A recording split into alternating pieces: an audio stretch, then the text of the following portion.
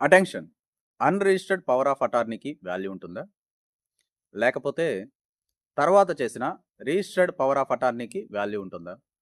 ఈ సినారియోని రీసెంట్‌గా సుప్రీంకోర్టు అహ్మద్ హాజీ వర్సెస్ సాకీనా బీవీ కేసులో డిసైడ్ చేయడం జరిగింది. ముందుగా కేస్ ఫ్యాక్ట్స్‌లోకి వెళ్దాం. ఒక అతను ఉంటాడు. అతనికి 9 మంది పిల్లలు. అతను చనిపోయినప్పుడు వారసత్వంగా ఆ 9 మందికి అతని స్కూల్ 3 ఎకరాల 35 సెంట్లో ఉంది. ఆ స్కూల్ అనేది అందరికీ వారసత్వంగా వచ్చింది. వాళ్ళు 9 మందిలో ఒకరైన ఎల్డర్ బ్రదర్‌కి పవర్ ఆఫ్ అటార్నీని ఇవ్వడం జరిగింది. అది unregistered power of attorney.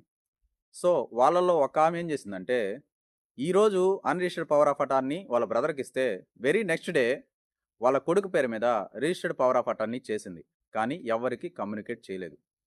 So, unregistered power of అటార్నీని బేస్ చేసుకొని ఎల్డర్ బ్రదర్ 2007లో అగ్రిమెంట్ ఆఫ్ సేల్ కింద ఆ స్కూల్‌ని అమ్మేందుకు అగ్రిమెంట్ చేశాడు. సో, దాన్ని బేస్ చేసుకొని తర్వాత రిజిస్ట్రేషన్ కూడా చేసేశారు మిగతా వాళ్ళు. కానీ డిఫెండెంట్ రిజిస్ట్రేషన్ చేయకుండా గమ్ముగా ఉన్నింది.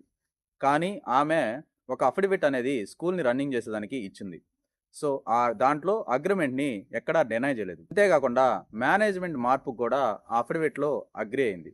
కానీ ఆమె అందరితో పాటు రిజిస్ట్రేషన్ అనేది చేయలేదు. ప్లెయింటిఫ్ ట్రయల్ కోర్టులో స్పెసిఫిక్ పర్ఫార్మెన్స్ కోసం కేసేశాడు. లిమిటేషన్లో ఫైల్ చేయలేదని చెప్పేసి ట్రయల్ కోర్టు డిస్మిస్ చేయడం జరిగింది. అంతేకాకుండా హైకోర్టులో అప్పీల్ కూడా వేసాడు. అక్కడ కూడా డిస్మిస్ అయింది. తర్వాత ఫైనల్గా కేసు సుప్రీంకోర్టుకి జరిగింది. సుప్రీంకోర్టులో ప్లెయింటిఫ్కి ఫేవర్గా వచ్చింది. ఇక్కడ సుప్రీంకోర్టు మెయిన్గా తీసుకున్న విషయం ఏంటంటే, ఆమె 2007లో అగ్రిమెంట్ చేస్తున్నప్పుడు కూడా ఎటువంటి యాక్షన్ తీసుకోవాలా. ఏంది అన్‌రిజిస్టర్డ్ పవర్ ఆఫ్ అటార్నీకి బేస్ చేసుకొని వాళ్ళ elder brother agreement of sale చేశాడు. సో, ఆమె కామ్‌గా ఉండింది తప్పితే ఎటువంటి చర్యలు తీసుకోలా. నెక్స్ట్ 2013లో ఆమె ఒక అఫిడవిట్ ఇచ్చింది స్కూల్ రన్ చేసేదానికి. సో, దానికి సపోర్ట్‌గా ఇచ్చింది.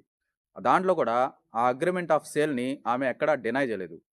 అంతేకాకుండా స్కూల్ మేనేజ్మెంట్ మార్చేదానికి కూడా ఆమె ఒప్పుకుంది. సో, ఇక్కడ లిమిటేషన్ విషయానికొద్దాం. లిమిటేషన్ విషయంలో సుప్రీంకోర్టు ఏం చెప్పిందంటే, ఎప్పుడైతే ఆమె 2013లో రిజిస్ట్రేషన్ చేయడానికి నిరాకరించిందో అప్పటి నుంచి మాత్రమే లిమిటేషన్ అనేది స్టార్ట్ అయింది అని చెప్పి సుప్రీంకోర్టు చెప్పింది. సుప్రీంకోర్టు చెప్పిన దాని ప్రకారం అతను ట్రయల్ కోర్టులో సూట్ ఫైల్ చేసినప్పుడు అది లిమిటేషన్లోనే ఫైల్ చేయబడిందని చెప్పేసి సుప్రీంకోర్టు చెప్పింది. ఒక ముఖ్యమైన ఫ్యాక్ట్ సుప్రీంకోర్టు కన్సిడర్ చేసింది ఏంటంటే, ఆమె 2012లో వాళ్ళ ఎల్డర్ బ్రదర్కి ఒక నోటీస్ ఇచ్చింది. ఎందుకంటే అన్‌రిజిస్టర్డ్ పవర్ ఆఫ్ అటార్నీని రివోక్ చేసేందుకు.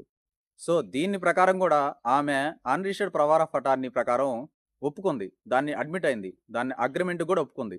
సో, ఇప్పుడు ఆమె ఆశ పడిపోయేసి ఇక్కడ విషయం ఏందంటే, ఆ స్కూల్ అనేది 3 ఎకరాల 30 సెంట్‌లో ఉంది.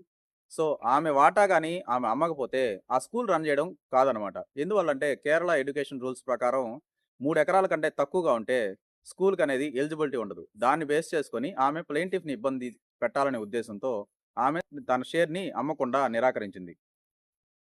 ఆమె ఆశతో తన షేర్‌ని అమ్మకుండా ప్లెయింటిఫ్‌ని ఇబ్బంది పెట్టింది. సుప్రీంకోర్టు ఈ పాయింట్‌ని బాగా కన్సిడర్ చేసి ప్లెయింటిఫ్‌కి అనుకూలంగా జడ్జిమెంట్ ఇవ్వడం జరిగింది. సో, సుప్రీంకోర్టు ఏం ఆర్డర్ ఇచ్చిందంటే, ఆ అగ్రిమెంట్ ప్రకారం ఎంత అమౌంట్ అయితే డిఫెండెంట్‌కి రావాలో దాన్ని 9%తో కోర్టులో డిపాజిట్ చేయమంది. డిపాజిట్ చేసిన తర్వాత డిఫెండెంట్ ఆ అగ్రిమెంట్ ఆఫ్ సేల్ ప్రకారం రిజిస్ట్రేషన్ చేయాలని చెప్పేసి ఆర్డర్ ఇచ్చింది.